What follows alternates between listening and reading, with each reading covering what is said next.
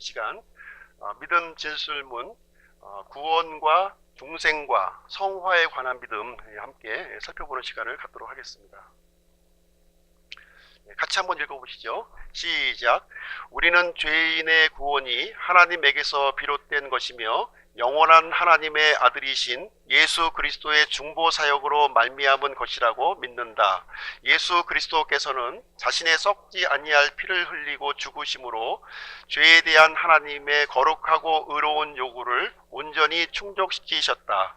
우리는 누구라도 다시 태어나지 않으면 하나님의 왕국에 들어갈 수 없음을 믿는다. 이 세상의 행위나 도덕이나 규례 준수 등은 죄인이 하늘나라에 가는데 전혀 도움을 주지 않는다.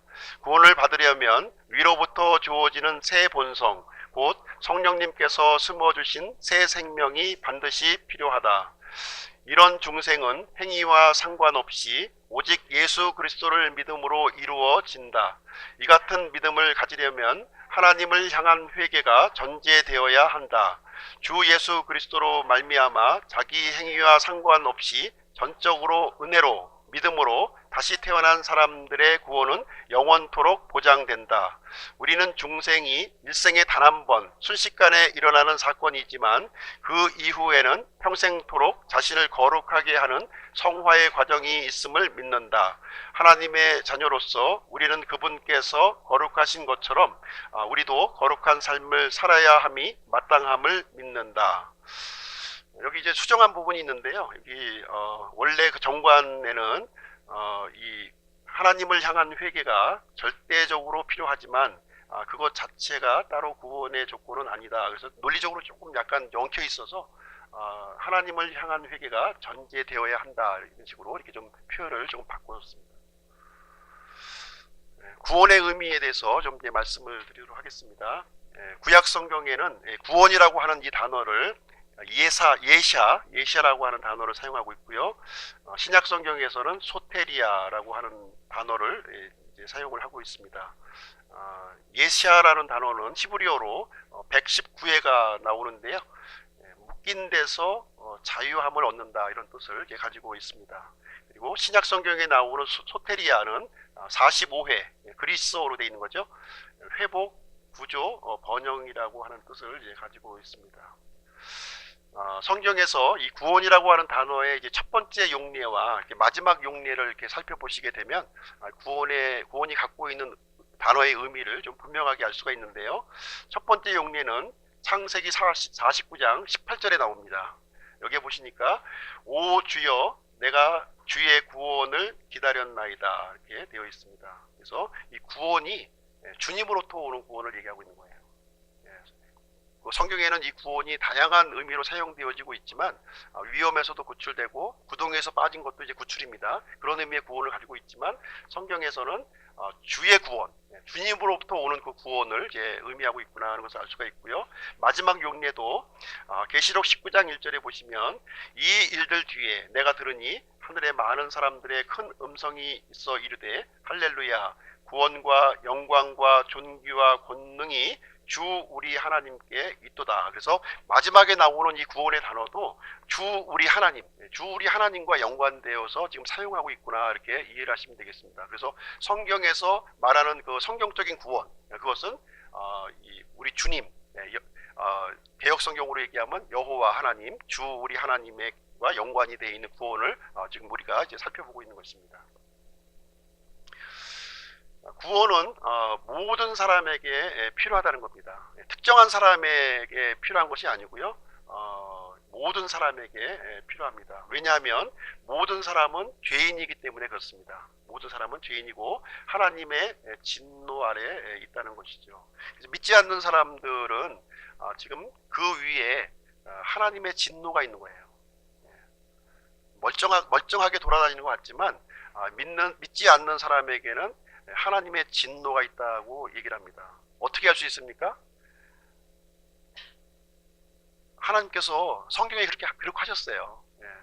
요한복음 3장 36절에 보면 믿지 않는 자에게는 하나님의 진노가 그 위에 머물러 있다 이렇게 얘기하고 있습니다. 그래서 멀쩡하게 지금 이 세상을 이제 왔다 갔다 하고 있지만 그 진노가 계속 머물러 있는 것입니다. 공의로우신 하나님은 죄를 반드시 심판하시는 분이십니다. 절대로 잊어먹지 아니하시고요. 심판을 하시는 분이시라고 하는 것입니다. 한 번 죽는 것은 사람들에게 정하신 것이고 이것들 뒤에는 심판이 있다, 이렇게 우리에게 말씀을 해주고 있습니다. 자, 죽느냐 사느냐, 이제 어디서 많이 들어본 얘기죠. 예. 죽느냐 사느냐, 이것이 문제로다, 이렇게 하면서 이제 유명한 대사인데요. 가장 중요한 문제예요. 죽느냐 사느냐. 이게 구원이라고 하는 것은 죽느냐 사느냐, 그것의 문제라는 겁니다. 우리가 좋은 학교 들어가는 거 좋은 일이죠. 좋은 직장 들어가는 것도 좋은 일입니다. 또 좋은 가정 꾸미는 것도 좋은 일이고요. 부와 성공과 장수와 건강을 누리는 것도 대단히 좋은 일이에요. 근데 더 중요한 게 있다는 거예요. 이것보다 더 중요한 것은 바로 죽느냐 사느냐, 이 문제라는 겁니다. 구원을 받았느냐 받지 않았느냐, 이게 중요하다는 거예요. 가장 중요한 문제입니다. 그래서 우리가 이 7, 80년, 100년 남짓 우리가 이제 살아가는 이 기회의 시간 동안에 풀어야 할 숙제, 가장 중요한 숙제는 죄 문제를 푸는 거예요. 영혼의 문제를 풀고 하나님 앞에 가는 것이 제일 중요한 문제다, 이렇게 성경은 말하고 있습니다. 그래서 죽음 이후에 영원한 처소를 어디에서 보낼 것인가, 어디에서 보낼 것인가. 지난번에 우리 김용우 형제님도 이제 얘기해 주셨는데요. 이 파스칼이라고 하는 사람이 이제 이 게임 이론, 인생의 게임 이론을 이제 얘기를 했는데, 우리는 하나님이 있다고 생각하고 하는 사람과 또 하나님이 없다고 생각하고 살아가는 사람과 두 종류의 사람이 있다는 거예요. 이건 선택이죠. 둘 중에 하나는 내가 선택하면 어쩔 수 없이 선택할 수밖에 없는 겁니다. 하나님이 있다고 생각하고 살아가는 사람이 있고 하나님이 없다고 생각하고 살아가는 사람이 있습니다. 분명히 이 삶의 방식은 두 사람은 틀릴 겁니다. 이 두 사람은 나중에 죽을 거예요. 언젠가. 그렇죠? 당연히 죽죠. 하나님이 있다고 생각했던 사람도 죽을 것이고요. 하나님이 없다고 생각하고 살았던 사람도 죽을 겁니다. 죽은 후에 두 가지 상황에 직면하게 될 거예요. 하나님이 있다고 생각하고 살았는데 죽어보니까 하나님이 안 계신 거예요. 뭐 손해볼 거 없으시죠? 하나님이 있다고 생각했는데 안 계셔요. 나중에 가보니까 뭐 크게 손해볼 거 없어요. 근데 하나님이 있다고 생각하고 살았는데 막 가보니까 하나님이 계신 거예요. 참 놀라운 일 아닙니까? 놀라운 하나님의 복을 누리면서 살게 될 것입니다. 이 사람은. 근데 하나님이 없다고 생각하고 살아간 사람이 있어요. 이 사람이 죽었고 나중에 사실을 직면하게 될 겁니다. 하나님이 없다고 생각했는데 없어요. 뭐 사실 뭐 큰 손해 볼 거 없겠죠, 이 부분에 대해서는. 근데 하나님이 계셔요. 하나님이 계시다고 한다면 이 사람은 영혼을 잃어버린 사람이라는 거예요. 그래서 하나님이 없다고 생각하고 있는 사람은, 그래서 성경은 어리석다고 얘기하는 겁니다. 그래서 하나님이 있다고 생각하고 있는 사람은 지혜로운 사람인 것을 우리는 알 수가 있는 것이죠. 그래서 이 땅에 살면서 영원한 처소를 어디에서 보낼 것인가, 이런 확신을 갖고 사는 것은 대단히 중요하다는 말씀입니다. 구원자가 있다면 자격 요건이 아마 세 가지가 있어야 될 거예요. 첫 번째는 구원할 능력이 있어야 된다는 거예요. 당연하겠죠? 구원자가 있다면 구원할 능력이 있어야 합니다.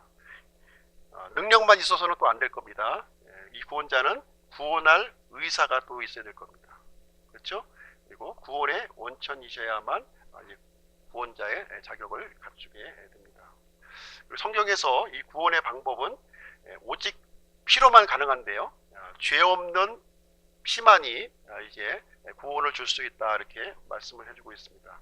그리고 오직 인격체를 통해서 가능하다는 겁니다. 그리고 은혜로만 가능하고요. 은혜는 믿음을 통해서 온다, 이렇게 얘기를 해주고 있습니다. 그래서 성경에서 가르치는 이 구원의 방법은 사람의 어떤 선행, 사람의 어떤 노력, 사람의 어떤 그 방법, 이것을 가지고서는 구원받을 수 없음을 우리에게 얘기해주고 있고요. 구원자가 필요하다는 사실을 우리에게 알려주고 있는데요. 그 방법은 죄 없는 피로만이 가능하다고 하는 말씀이 되겠습니다. 이 구원 사역을 위해서 삼일체 하나님께서 관여를 해 주셨습니다. 아버지 하나님께서는 창세 전에 예수 그리스도 안에 이 구원을 예정해 놓으셨어요. 미리 예정을 해 놓으셨습니다. 그래서 에베소서 1장 4절에 보면 이 그리스도 안에 하나님께서는 구원을 예정해 놓으셨다는 거예요. 이 그리스도 안에 들어갈 사람을 하나님께서 선택하신 게 아니라 그리스도 안에 들어간 사람에게 이 구원을 이렇게 미리 예정해 놓으셨다는 것입니다. 들어갈 사람, 안 들어갈 사람을 예정해 놓으신 게 아니에요. 들어간 사람들에게 구원을 예정을 해 놓으신 것입니다. 그래서 아버지 하나님께서는 아들 하나님을 보내주신 것입니다. 그리고 이 아들 하나님께서는 길 잃은 자를 위해 찾아오셨고요. 이 사람들을 위해서 자신을 희생하는 그러한 일을 해주셨습니다. 그리고 성령 하나님께서는 이제 아들 하나님을 선택하는 사람들에게 하나님의 생명을 주시는 일을 하시게 됩니다. 죄인의 구원은 하나님으로부터 이제 비롯되었고요. 그리고 예수 그리스도의 중보 사역의 결과물이 되겠습니다. 그래서 예수 그리스도 자신이 이제 피를 흘려 죽으심으로 말미암아 구원의 길을 우리에게 마련해 주셨습니다.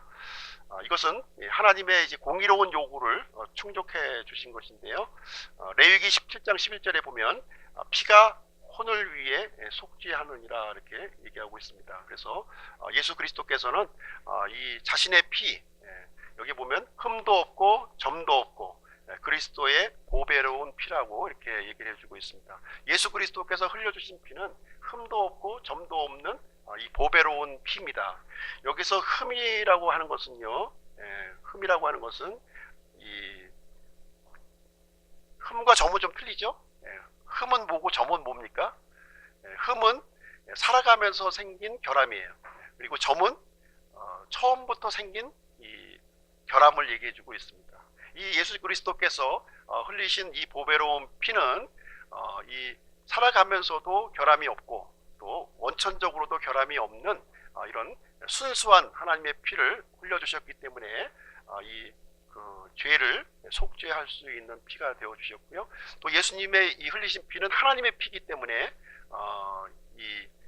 이 세상에 살고 있는 모든 사람들을 다 이렇게 대속하고도 남는 그런 효력을 갖고 있는 것입니다. 자, 여기 보시면 그림이 이제 나와 있는데요. 그림. 하나님과 이 사람 사이에는요, 이 죄라고 하는 이런 그 간격이 이렇게 생겼습니다. 그래요. 근데 넘을 수가 없는 거죠. 사람의 힘으로는. 그렇지만 사람이 여러 가지 이제 방법을 통해서 이제 넘어가려고 합니다. 선행과 종교와 도덕을 통해서 가려고 하지만 하나님께 도달하기에는 이제 못 미치는 그런 상태에 놓여져 있는 것입니다. 그래서 이 일을 해결하기 위해서 예수 그리스도께서 이제 오신 것이죠. 이 죄인을 위해서 죽으시고요, 묻히시고 3일 만에 부활하심으로 말미암아 이 죄인이 하나님 앞에 갈 수 있는 십자가의 길을 우리에게 열어 놓으신 것입니다. 그래서 사도행전 4장 12절에 보면 다른 사람 안에는 구원이 없나니 하늘 아래에서 우리를 구원할 다른 이름을 사람들 가운데 주지 아니하셨느니라. 그래서 예수 그리스도가 하나님께로 갈 수 있는 유일한 길로 우리에게 마련해 놓으셨다는 거예요. 그리고 고린도후서 5장 21절도 보면 하나님께서 죄를 알지 못한 그분을 우리를 위하여 죄가 되게 하신 것은 우리가 그분 안에서 하나님의 의가 되게 하려 하심이니라. 그래서 예수 그리스도께서 우리를 위하여 죄가 되심으로 말미암아 우리에게 하나님의 의를 우리에게 주셨다는 말씀이 되겠습니다.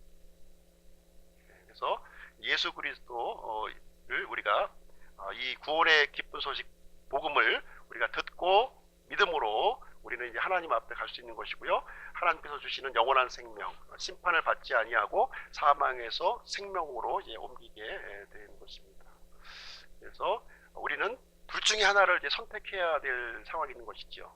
이 복음의 이 소식을 듣고서 우리는 어떤 쪽을 선택할 것이냐는 것이죠. 십자가의 이쪽 편, 계속 머물러 있을 것인가? 심판과 이 사망의 정죄 아래 넘어 있을 것인가? 아니면 하나님께서 주시는 영원한 생명을 우리가 소유할 것인가 하는 것은 우리가 이 땅에 살면서 우리가 선택해야 할 그런 과제가 되겠습니다. 로마서 10장 9절 10절 같이 한번 읽어보겠습니다. 시작. 내가 만일 내 입으로 주 예수님을 시인하고 하나님께서 그분을 죽은 자들로부터 살리신 것을 내 마음속으로 믿으면 구원을 받으리니 사람이 마음으로 믿어 의에 이르고 입으로 시인하여 구원에 이르느니라. 여기 보시면 마음으로 믿는다는 것이 나오고 있습니다. 그래서 아까 이제 우리 진술서 이렇게 보았지만 마음으로 믿는다고 하는 것은 회개를 전제로 하고 있는 거예요. 회개를 전제로 하는 것입니다. 이 회개라고 하는 것은 이 죄에 대해서 하나님에 대해서 내가 예전에 갖고 있던 이런 생각과 태도를 이제 의지를 발동해서 바꾸는 겁니다. 바꾸는 거예요. 이 생각만 바꾸는 것이 아니라 행동까지 바꾸는 거예요. 요즘에 이제 또 회개가 이상한 회개가 많이 또 회개 없는 복음도 있고요. 또 이상한 회개가 또 막 돌아드는데 생각만 바꾸면 또 회개인 줄로 또 알고 있는데요. 생각만 바꿀 뿐만 아니라 행동까지 가야 되는 거예요. 행동까지 바꿔야 됩니다. 내가 도둑질했으면 도둑질 하지 말고 거기서 생각과 태도를 바꿔서 이제 돌이켜야 되는 거예요. 그죠? 잘못된 이 우상으로부터 죄악된 것으로부터 하나님께서 마련해 주신 기준에 어긋난 것으로부터 내가 생각을 바꾸고 나의 이 행동까지도 180도 전환시키는 것이 바로 회개고요. 그리고 예수 그리스도의 이 사역을 나의 것으로 이제 받아들이는 것입니다. 그것이 마음으로 믿는 거예요. 그래서 마음으로 믿어 의에 이르고 입으로 시인하여 구원에 이르느니라. 그래서 구원은 이 두 가지 부분이 있는 거예요. 두 가지 부분. 하나님과 사람 사이에서의 구원이 있고요. 사람과 사람 사이에서 구원이 있다는 거예요. 하나님께는 구원 받았는데 사람들 사이에서는 구원이 또 안 이루어진 사람이 있다는 겁니다. 여전히 이제 불신자의 모습으로 살고 있다는 것이죠. 속은 하나님의 신분으로 이렇게 분명히 바뀌어졌는데 이렇게 또 어떤 나의 삶과 이런 열매에서는 이제 아직 이게 또 변화되지 않는 그런 것이 있는데요. 하나님께서는 두 가지를 다 요구하시는 거예요. 우리가 좋은 나무가 될 것도 원하시고요. 좋은 열매를 맺는 것도 원하시는 겁니다. 좋은 나무만 되고 열매를 안 맺으려고 하는 사람들이 있어요. 여전히 나의 열매를 맺으려고 하는 사람이 있거든요. 그래서 하나님이 원하시는 이 구원은 좋은 나무가 되는 것이고요. 좋은 나무가 되었다면 좋은 열매를 맺는 것까지, 이것이 완전한 구원이고 인격적인 구원이에요. 그래서 이 구원이라고 하는 것은 이제 인격적인 구원입니다. 지식과 또 감정과 의지, 영역, 세 가지 영역이 다 포함되어 있는 것입니다. 지식만 구원받는 게 아니에요. 지식과 감정과 의지, 나의 삶 전체가 이제 구원을 성경을 우리에게 가르쳐주고 있는 것입니다. 구원의 용어를 설명하는 것을 통해서 이제 구원이 여러 가지 뜻을 갖고 있는데요. 이제 구원이 이제 어떻게 보면 다이아몬드와 같은 거예요. 하나님께서 만들어 주신 다이아몬드인데 이 다이아몬드를 어떤 각도에서 보느냐에 따라서 이 구원의 의미를 우리가 분명하게 알 수가 있습니다. 이 구원은 아주 많은 의미를 우리에게 포함되고 있는데요. 한 단어로 설명할 수가 없는 거예요. 그래서 성경에 보면 여러 단어로 이 구원을 설명을 해주고 있습니다. 첫 번째 단어는 뭐냐면 회심이라고 하는 단어예요. 회심, 이제 영어로 이제 컨버전이라고 이제 표현하고 있는데요. 이 회심과 구원은 이제 같은 의미인데 회심의 의미를 이제 갖고 있다는 건데, 이 회심은 두 가지의 돌이킴이에요. 두 가지의 돌이킴. 어디로부터의 돌이킴이 있고요, 어디로 향하는 돌이킴이 있다는 거예요. 두 가지 돌이킴의 의미를 가지고 있습니다. 그래서 회개와 믿음으로 우리가 회심에 이르게 되는 것입니다. 회개만 가지고는 우리가 이제 있을 수가 없는 것이고요. 믿음은 이제 회개를 포함하고 있는 거예요. 포함하고 있는 겁니다. 그래서 구원받는 믿음은 회개를 포함하는 것으로서 이제 두 가지의 돌이킴이 바로 회심의 의미를 갖고 있다. 이것이 구원의 뜻, 1차적인 뜻을 가지고 있습니다. 두 번째는 대속이라고 하는 의미를 이제 가지고 있는데요. 대속. 대속이라고 하는 것은 무슨 뜻이냐면 대신 속죄의 줄임말로 이렇게 이해하시면 되겠습니다. 대신 속죄. 내가 죽어야 되는데 누군가 나를 대신해서 이렇게 희생 헌물이 되어 준 것을 이제 얘기를 해주고 있습니다. 내가 빚을 갚아야 되는데 누군가 내 빚을 대신 갚아준 거예요. 이런 경우가 이제 대속이라고 하는 뜻이 이제 되겠습니다. 구약 시대에는 양이 목자를 대신해서 죽었어요. 그렇죠? 사람을 위해서 양이 죽었습니다. 그래서 모리아산 이삭의 번제 헌물을 통해서 수풀에 걸린 순양이 대신 죽음을 이제 당했고요. 유월절 어린 양이 이렇게 이 이스라엘 백성들을 대신해서 죽임을 당했습니다. 신약 시대에 와서는 이게 좀 바뀌어졌죠. 신약 시대에 와서는 목자가 양을 대신해서 죽었다는 거예요. 사람을 위해서 양이 죽어야 되니까 너무나 많은 양이 죽어야 되는 거예요. 헤아릴 수 없는 양이 죽어야 되는 거예요. 그리고 그 양의 죽음도 완전하지가 않은 거죠.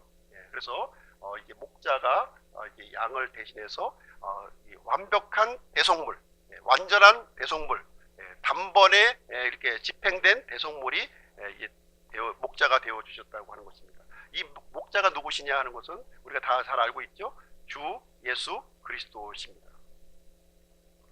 그 다음에 세 번째 뜻은 화해 또는 속죄라고 하는 뜻을 가지고 있습니다. 영어로 이제 reconciliation 이렇게 되어 있는데요.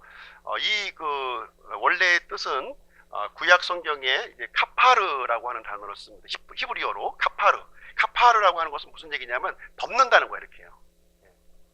짐승의 이 피를 이렇게 흘려줌으로 인해서 그 죄를 임시적으로 덮어주는 거예요.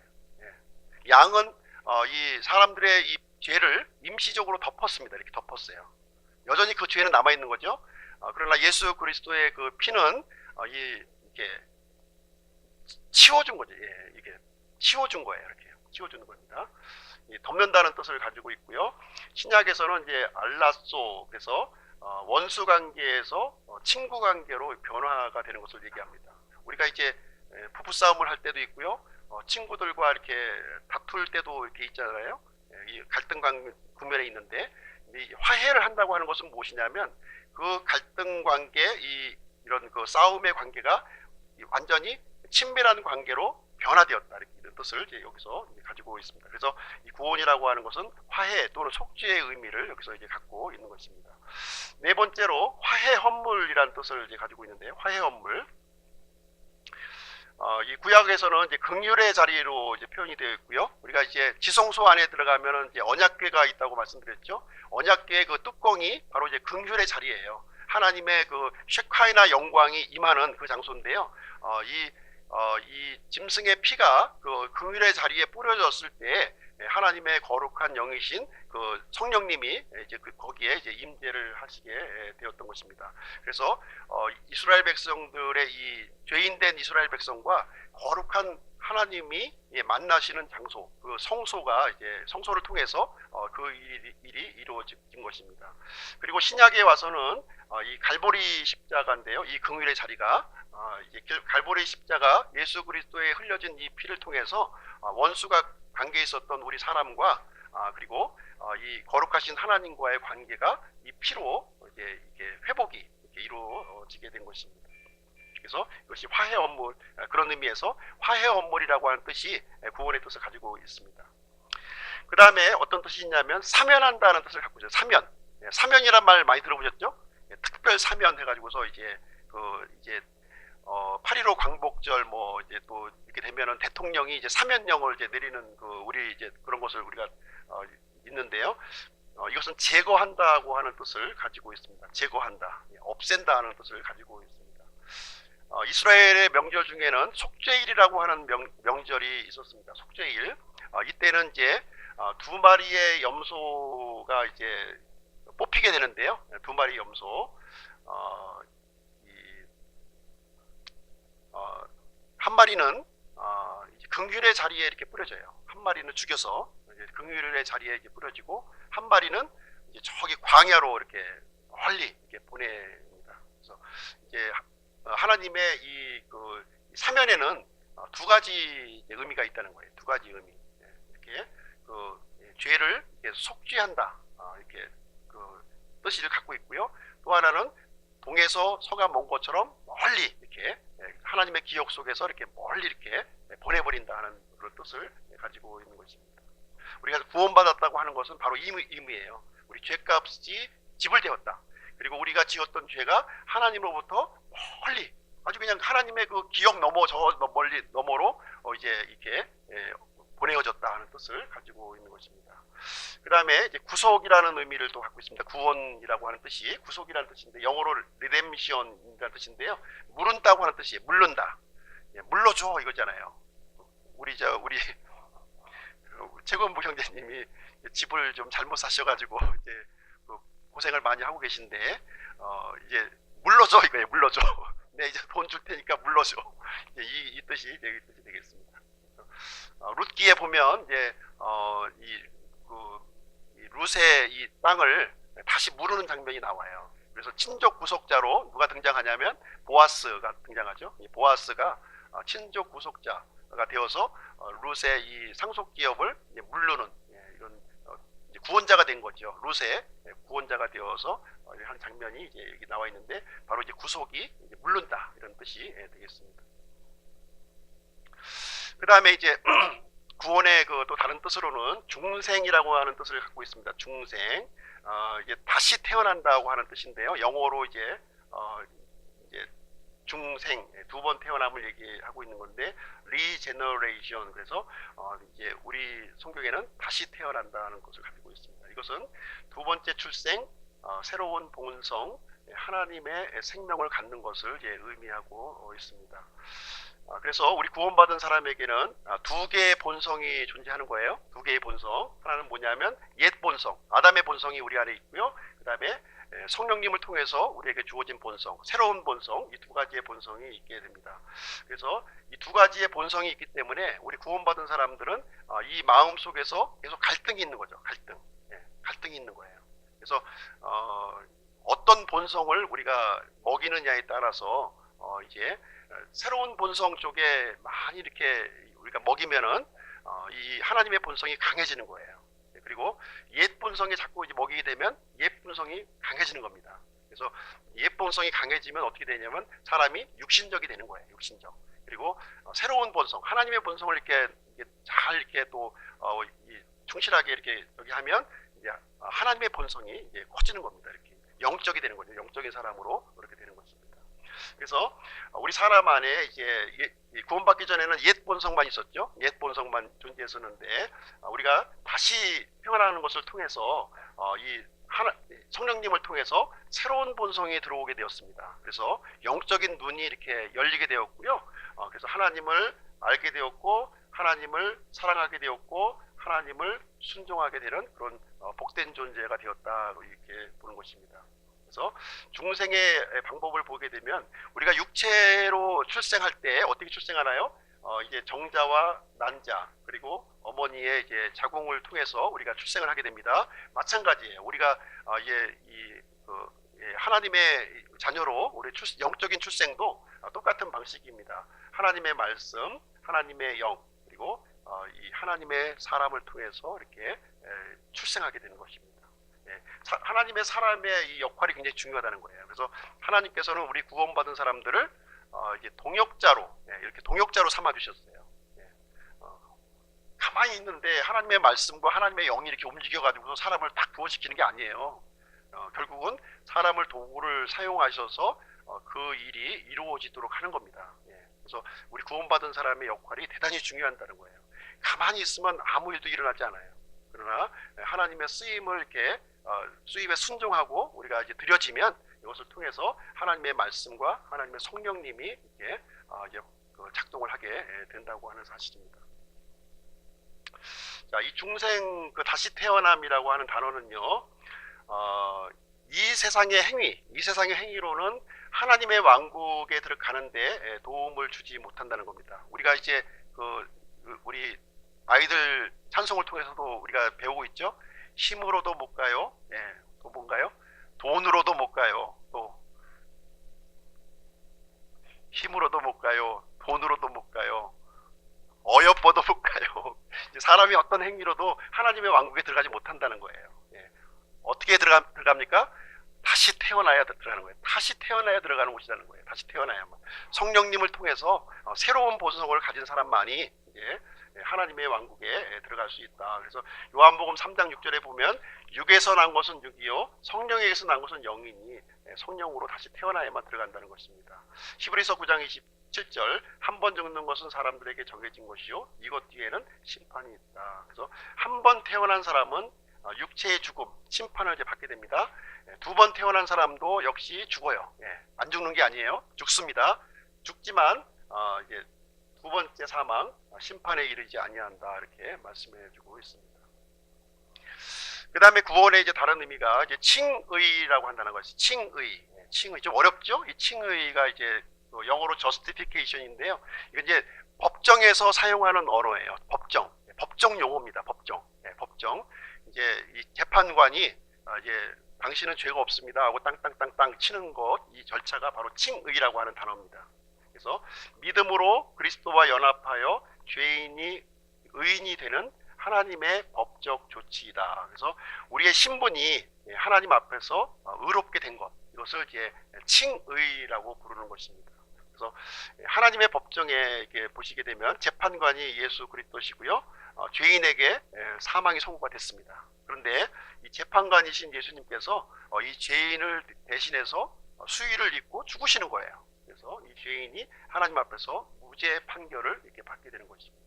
예수님의 공로를 통해서 내가 행한 바 의로운 행위는 아무것도 없지만 예수님의 나를 위한 이 희생을 통해서 하나님 앞에 의로운 신분을 얻게 되었다 하는 것이 바로 칭의라고 하는 이 단어가 되겠습니다. 근데 우리가 이제 로마서와 야고보서를 읽게 되면 이 칭의가 이제 다른 의미로 이제 좀 서로 상충되는 의미로 이제 사용되는 것을 우리가 이제 보게 되는데요. 로마서 4장에 나오는 칭의, 야고보서 2장에 나오는 칭의가 이제 있습니다. 이것을 좀 차이점을 우리가 좀 이해를 할 필요가 있는데요. 로마서 4장 4절 5절 제가 한번 읽어드릴게요. 이제 일하는 자는 품삯을 은혜로 여기지 아니하고 빚으로 여기거니와 일을 하지 아니할지라도 경건치 아니한 자를 의롭다 하시는 이를 믿는 자에게는 그의 믿음을 의로 여기시느니라. 로마서 4장에 있는 그 칭의는 이제 무엇을 얘기하냐면 나의 행한 바 의로운 행위를 하지 아니하고 믿음으로만 우리가 하나님 앞에 의롭다함을 얻는다, 이 얘기를 해주고 있는 거죠. 그럼 야고보서는 뭐라고 얘기하고 있나요? 그런즉 너희가 보거니와 사람이 행위로 의롭게 되고 단지 믿음으로만 되지 아니하니라. 야고보서 2장 24절에 보니까 믿음으로만 되지 아니하고 행위가 들어가야만 우리가 의롭게 된다, 이렇게 설명을 해주고 있는 거예요. 전혀 의미가 틀리죠? 예. 그러면 로마서를 받아들여야 됩니까? 아니면 야고보서를 받아들여야 됩니까? 이걸 가지고 좀 이제 다툼도 많고 이제 갈등도 이제 많이 있는 거예요. 로마서에서 말하는 이 칭의는 뭐냐면 하나님 앞에서 믿음으로 의롭게 되는 것을 얘기해주고 있는 거예요. 하나님 앞에서 믿음으로 의롭게 되는 거예요. 다른 게 하나도 없습니다. 우리 행위가 필요가 없어요. 그런데 야고보서에서의 의롭게 되는 것은 무슨 얘기냐면 구원을 받았어요. 구원을 받았는데 말하는 거나 행동하는 거나 모든 걸 보니까 구원받은 사람으로서의 모습이 전혀 안 보이는 거예요. 이게요. 안 보이는 겁니다. 그래서 사람들 앞에서 행위로 의롭게 되는 걸 얘기하는 거예요. 사람들 앞에서 보여지는 의를 얘기하고 있는 겁니다. 보여지는 의. 그렇죠? 내가 좋은 나무가 되었어요. 믿음으로 좋은 나무가 되었는데 열매를 하나도 맺지 않는 거예요. 그러면 사람들 앞에서는 좋은 나무가 되었는지 나쁜 나무인지 알 수가 없다는 거죠. 알 수가 없는 거예요. 그러나 내가 이제 구원받은 자로서 이제 좋은 열매를 맺게 되면 그것을 통해서 이 사람은 구원받은 사람이구나 하는 것을 알게 된다는 것이죠. 그 부분을 얘기를 해주고 있는 것입니다. 행위로 이제 이 칭의를 받는다는 걸 얘기를 하고 있는 것이 아니라 사람들 앞에서 그 구원받은 자의 모습을 드러나는 것을 통해서 그 사람의 이 변화된 이 구원받은 모습을 발견할 수 있다, 이 얘기를 해주고 있는 것입니다. 칭의의 결과로서 우리가 선한 행위가 나오는 거예요. 우리가 선한 행위를 통해서 구원받는 것이 아니라 구원받은 자로서 선한 행위가 나와야 된다는 거예요. 야고보서는 그 얘기를 해주고 있는 것입니다. 그래서 이 로마서는 선한 행위를 통해서 구원받을 수 없다는 것을 지금 얘기해주고 있는 것이고요.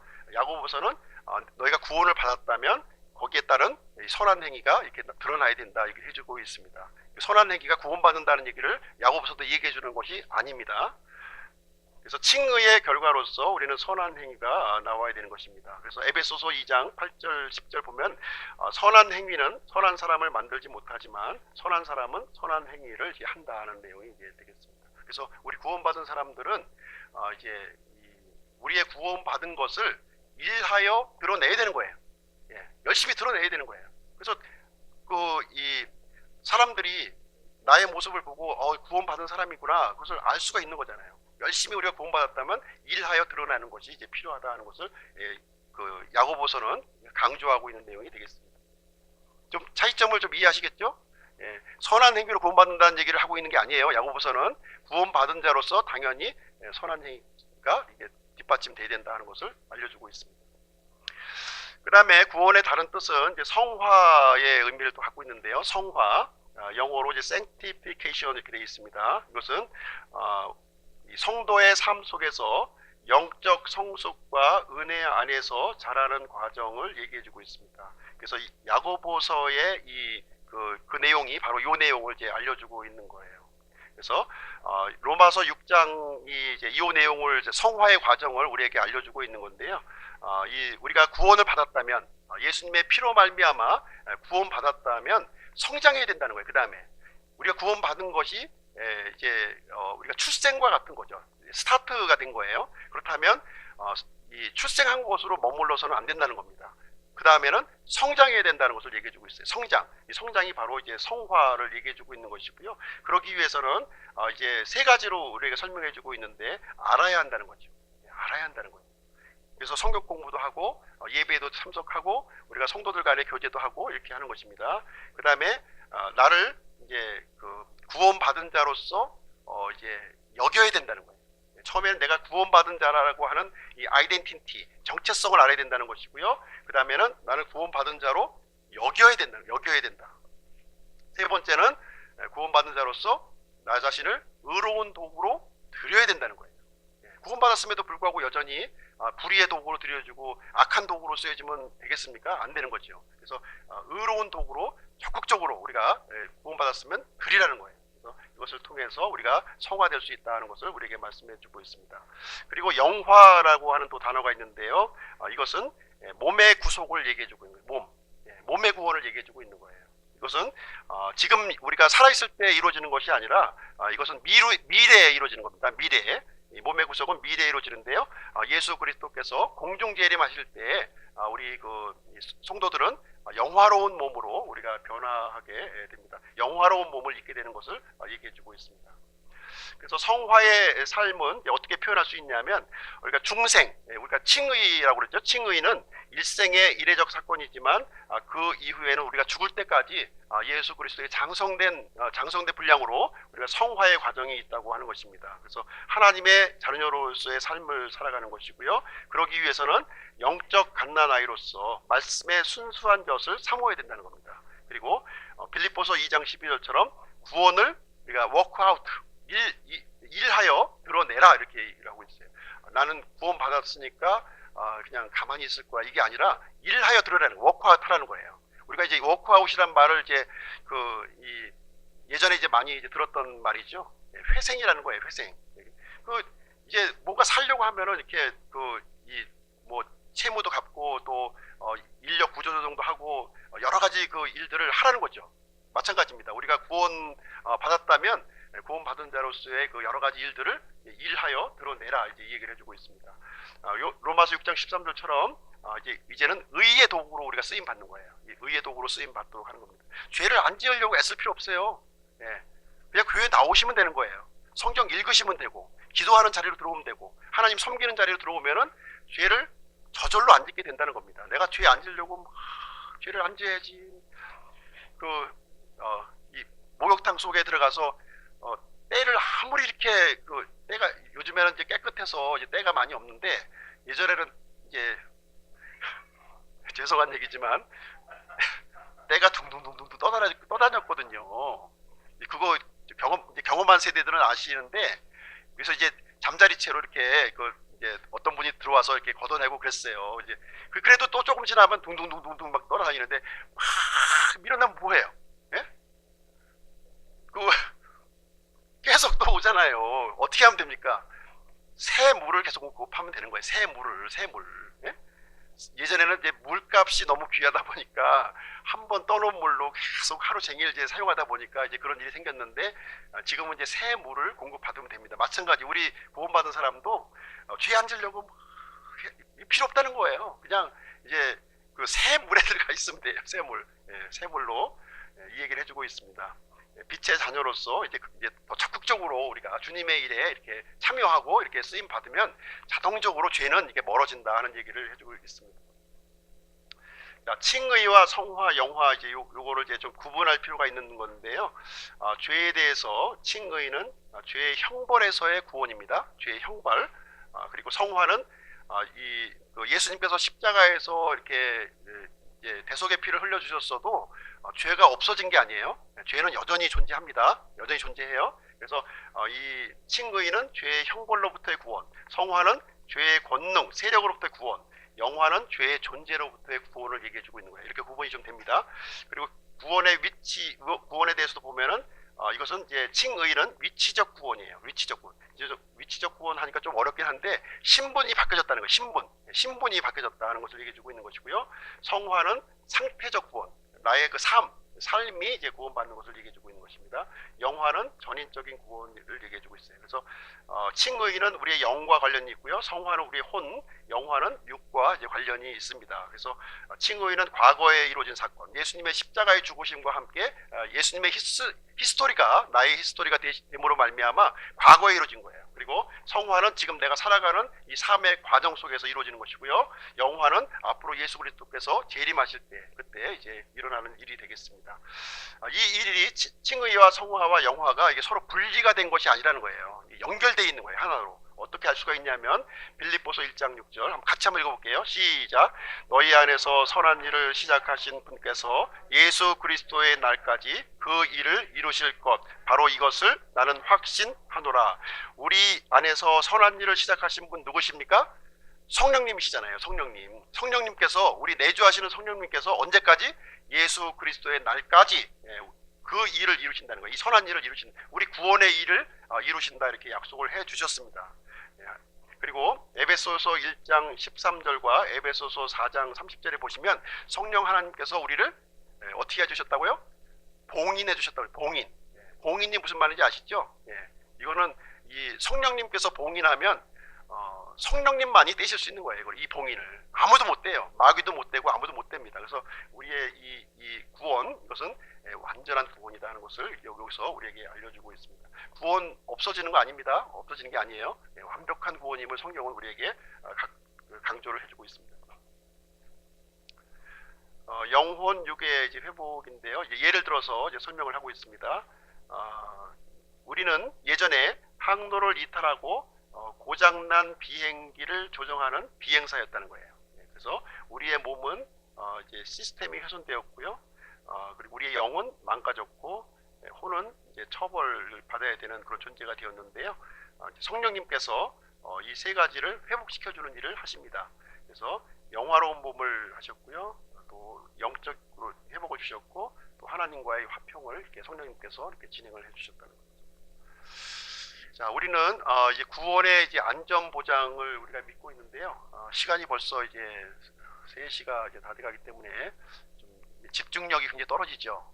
그죠? 집중력이. 그래서 이제 이 구원의 안전 보장에 대해서는 다음 시간에 2편으로 이렇게 진행하겠습니다. 이건 또 이제 지금 이제 집중력이 떨어진 상태에서 이제 이 부분까지 들어가게 되면 좀 이제 조시는 분도 생기시고 좀 이제 눈도 좀 뻑뻑하시고 여러 가지 이제 현상이 생기기 때문에 구원의 안전 보장 편은 다음 시간에 이렇게 진행하도록 하겠습니다. 저희는 구원의 안전 보장을 믿고요. 구원을 이제 구원 받았다가 잃어버리는 것을 저희는 믿지 않습니다. 우리는 한 번 구원은 영원한 구원임을 믿고요. 그리고 우리의 구원은 값싼 구원이 아니에요. 값싼 구원이 아닙니다. 아주 귀한 구원이고요. 그 구원의 가치를 이제 알고 구원받은 사람은 절대 그 구원은 잃어버리지 않는다는 것이 성경적인 가르침이고 그 내용을 우리는 믿습니다. 그 내용은 다음 시간에 진행을 하도록 하겠습니다.